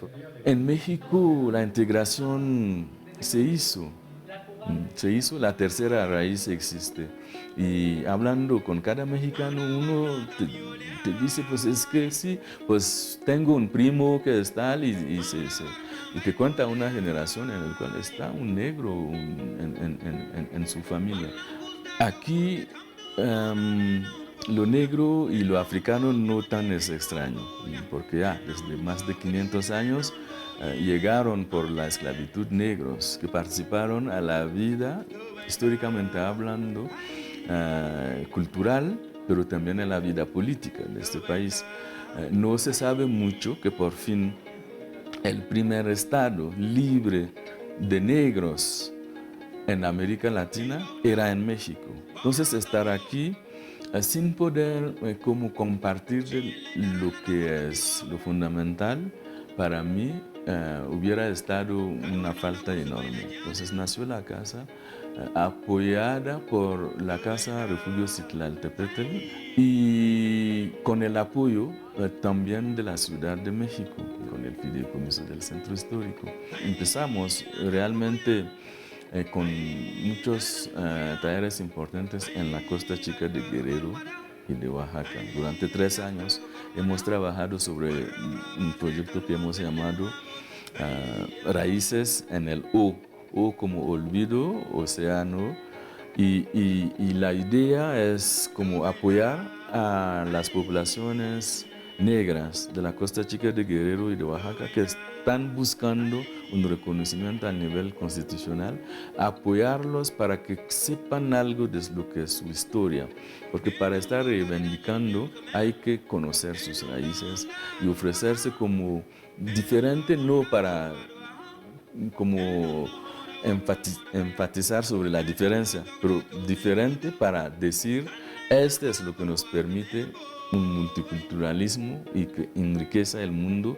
Hemos tenido oportunidades de llevar a unos de los jóvenes 5 hasta Etiopía para que ellos bailaran la danza del diablo a un evento muy importante que fueron los 50 años de conmemoración de la Unión Africana. Participó México con su comunidad negra y nosotros tuvimos el honor en Casa Banquillo África de hacer, de invitar a estos jóvenes. Y creemos que sí, estos intercambios son partes de lo que hace que la gente se conozca mejor, y si la gente se conoce mejor, pues poco a poco desaparece la discriminación. Y sí, precisamente estos intercambios culturales, estos foros, estos espacios, instituciones específicas sobre esta temática, pues hacen que todo esto se dé a conocer y que sea, pues que llegue a manos de todos la riqueza cultural de cada uno de los pueblos y de cada una de las formas distintas de vida que existen en nuestro país y que, bueno, nos hacen un país tan rico como el que tenemos. Y precisamente hablando del trabajo que se hace y de los espacios que hay para hablar de estos temas, nos dice Dulce Sol en Facebook Live, hace algunas semanas se realizó en Cancún el Foro Interamericano contra la Discriminación de Gente Afrodescendiente. Me parece importante que se visibilicen sus derechos y problemáticas porque México es un país diverso, pero también racista. Desde el censo, si se les pregunta si son afrodescendientes, la gente contesta que no, o ni siquiera saben que eso, lo pone entre comillas, existe. Nos hace falta estudiar más a fondo nuestra historia y cultura para poder comprender que aquí convivimos y que hay una pluralidad de colores. También nos dice Emma María, yo nací en la Ciudad de México y coincido con María Cristina. Hace años a mí me pasó en un aeropuerto, en un viaje nacional, viajando de Chiapas a la Ciudad de México, me detuvieron y me hicieron cantar el himno nacional y nombrar calles de la Ciudad de México.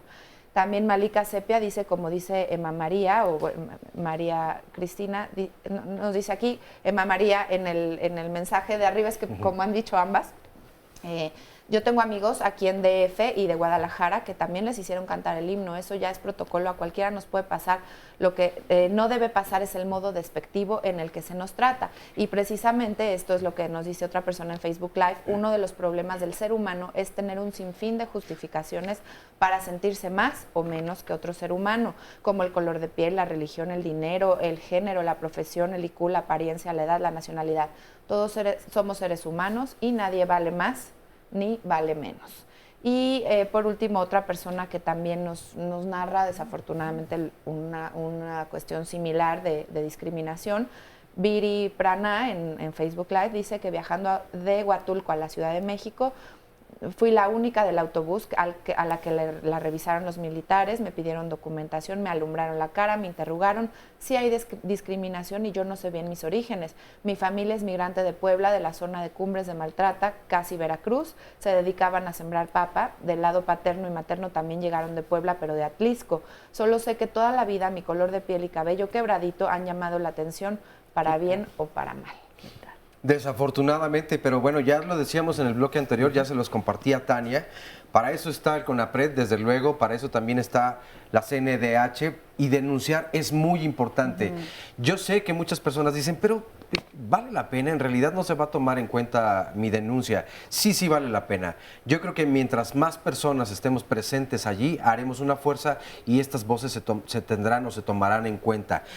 Hay otro punto que me gustaría también, pasemos también a asuntos agradables y de lo que se está haciendo en pro, para que nos quedamos con un... Esta es la historia, es lamentable, pero nosotros podemos cambiar a partir de este presente y hacia un futuro mejor, desde luego, la realidad de todas las personas afrodescendientes y afromexicanas. Aquí en este cuaderno, Coajinicuilapa, el primer museo, ya lo decía también, bueno, desde luego, de allí, Julián, perdón, otra vez estoy cambiando el nombre, no sé por qué intento decirte, no es Hugo, es Abel. Abel nos decía que eres de allá. Aquí es donde se encuentra el primer museo justamente que reconoce entonces a la comunidad afrodescendiente, afromexicana, pero no es el único, porque ya muy próximo, o sea, está muy próximo ya el estreno o la apertura del siguiente. Sí, la Fundación Petra Morga el día de mañana inaugurará el Museo en Huehuetán Guerrero, que también es un esfuerzo de un montón de personas, ¿no?, que han trabajado. Teresa Mujica reconstruye la casa de su mamá y a partir de eso ahí quiere hacer, ¿no?, empieza a hacer un trabajo para visibilizar las comunidades y pueblos afromexicanos en Guerrero. Entonces han colaborado un montón de personas, han hecho un trabajo muy muy importante y el día de mañana será este proceso. Y aprovechando que ahorita tengo la palabra, pues agregar dos cosas más, ¿no? Que los movimientos afro, ¿no?, de no solo México, sino de toda América Latina, están haciendo un trabajo en materia de derechos humanos súper importante, desde afros, personas jóvenes, personas LGBTI, mujeres, en fin, están trabajando una agenda incluyente que es para todas y todos. Y finalmente exhortar pues al Estado mexicano a este reconocimiento que no hace más ni menos a nadie, sino visibiliza una deuda histórica, una necesidad de igualdad que es muy importante. Hay instrumentos internacionales que están ahí, que la Convención Interamericana contra el Racismo y la Convención Interamericana contra toda forma de discriminación, que también México está pendiente de ratificar. Entonces, bueno, eso es lo que está pendiente en la agenda. En la agenda. Muy bien, Tobián, muchísimas gracias. Va a haber un Tania. museo más. Tenemos noticias de que en el municipio de Yanga, Veracruz, también se está trabajando en un museo histórico en ese sentido. Yanga, además, personaje emblemático en la historia de la liberación, no solamente de los pueblos negros, sino en términos de independencia en este país, ¿no? Claro. Ahora toda la información, Tania, que tenías para que la gente pueda comunicarse y contactarlos. Es importante, y recordando lo que decía Tobián ahora, este es un asunto de agenda urgente, de deuda histórica, pero también que constituye una obligación para el Estado mexicano. México ha ratificado algunos instrumentos internacionales, otros no, pero formamos parte del Comité para la Eliminación de todas las formas de discriminación, ¿no? El CONAPRED forma parte de un grupo de trabajo que le da seguimiento a todas estas recomendaciones que se le han hecho desde el ámbito internacional al Estado mexicano, que tienen que ver con el reconocimiento constitucional, con la consulta a los pueblos para que puedan tomar decisiones informadas y oportunas, participar del desarrollo de sus comunidades, etcétera, etcétera. Estamos ahí también cumpliendo con un mandato, ¿no? No es únicamente una cuestión de que así tenga que ser o por buena onda, es un mandato al que nos hemos comprometido y al que hay que darle seguimiento, ¿no? Lo que les comentaba también, que hemos estado trabajando junto con la CNDH, un perfil sociodemográfico para poder ubicar a nivel municipal incluso, ¿no? O sea, en los municipios de este país que tienen 10% o más de población que se autoidentifica como afrodescendiente, tenemos que conocernos, tenemos que conocer cómo viven estos municipios para entonces saber y a partir del conocimiento tomar mejores decisiones y poder orientar políticas públicas y recursos que garanticen el pleno ejercicio de los derechos de estas personas, ¿no? Nos preguntaban también al inicio del programa algo sobre los cursos del CONAPRED y lo veíamos en todas estas historias que nos han contado. Pues sí hay mucho de discriminación, de prepotencia en algunas de las narraciones que nos hacen, pero hay también una profunda raíz de desconocimiento o ignorancia. Entonces es nuestro deber construir conocimiento en la materia para que podamos reaccionar adecuadamente. El CONAPRED tiene un curso dentro de su estrategia de cursos en línea que se llama Conéctate. Tenemos un curso sobre los derechos de las personas afro en donde han participado las personas más expertas y brillantes cabezas. Cristina, por ejemplo, participó en ese curso. Y es un curso gratuito en línea que todas las personas que quieran informarse y conocer más sobre este tema se pueden ir capacitando en la materia. Y un montón de publicaciones que ya trajimos aquí, algunas otras. Una muy importante que solo no quiero dejar de decir, una guía de acción pública. Porque tenemos que saber cuál es nuestra historia en términos de cultura, de identidad, etcétera, pero también tenemos que saber a las y los funcionarios públicos en este país qué les toca hacer y qué les toca dejar de hacer para garantizar que no se discrimine a esta población. Miguel Ángel. Rápidamente, desde la Comisión de Derechos Humanos del Distrito Federal seguimos acompañando el proceso con de la mano de las organizaciones de la sociedad civil. Como decía Tobián, hubo acciones de inconstitucionalidad, acompañamos el proceso de amicus curiae, estamos ahorita en espera de ver las audiencias públicas para poder defender lo que las organizaciones conquistaron. Próximamente también sale la revista del Defensor.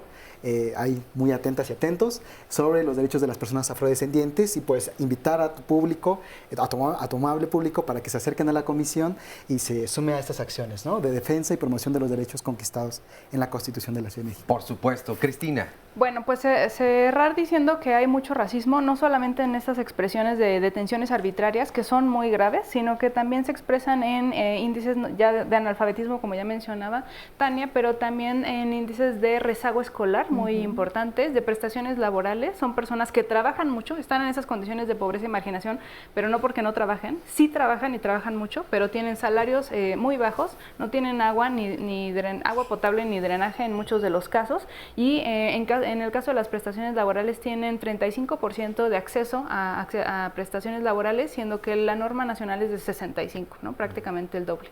Entonces, todas estas situaciones nos hacen tener en mente la importancia de crear políticas públicas y reconocimientos constitucionales y toda una serie de medidas para lograr resarcir todas esas condiciones que históricamente se han o les han vulnerado los derechos. También quiero reconocer los aportes a lo largo de la historia de estas personas, es algo que tenemos que tener muy presente, pero también de las organizaciones civiles. México Negro, aquí Abel es parte de esta organización. México Negro fue la primera organización.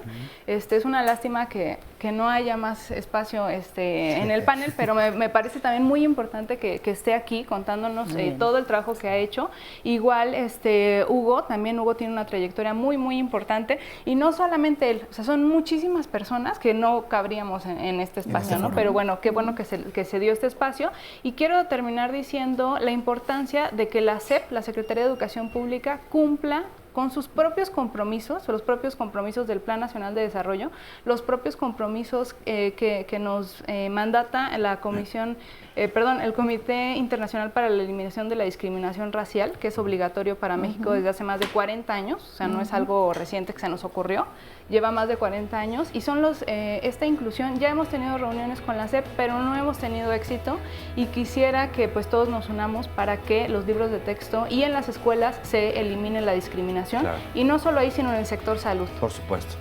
Pues de verdad muy importante. Ahora, reconocer que desde luego las personas que están del otro lado, el público, es igual de importante de quienes están aquí. Desde luego la participación es un poco mayor, pero les agradecemos mucho toda la aportación que han hecho hoy en día. Creo que el espacio ha sido muy importante. Desde luego, muchas gracias a nuestros testimonios. Gracias a ustedes que están en casa. Sandy, muchas gracias, y a las redes sociales. Muchas gracias, sí, a todos los que han participado y siguen llegando sus comentarios. Por supuesto. Les agradecemos mucho su atención, y desde luego el trabajo está en cada una y en cada uno de nosotros. No lo dejemos solamente allí, es un asunto muy importante que nos va a llevar a una mejor condición humana. Hasta muy pronto, soy Oscar Virués, que tengan un muy buen día. Gracias.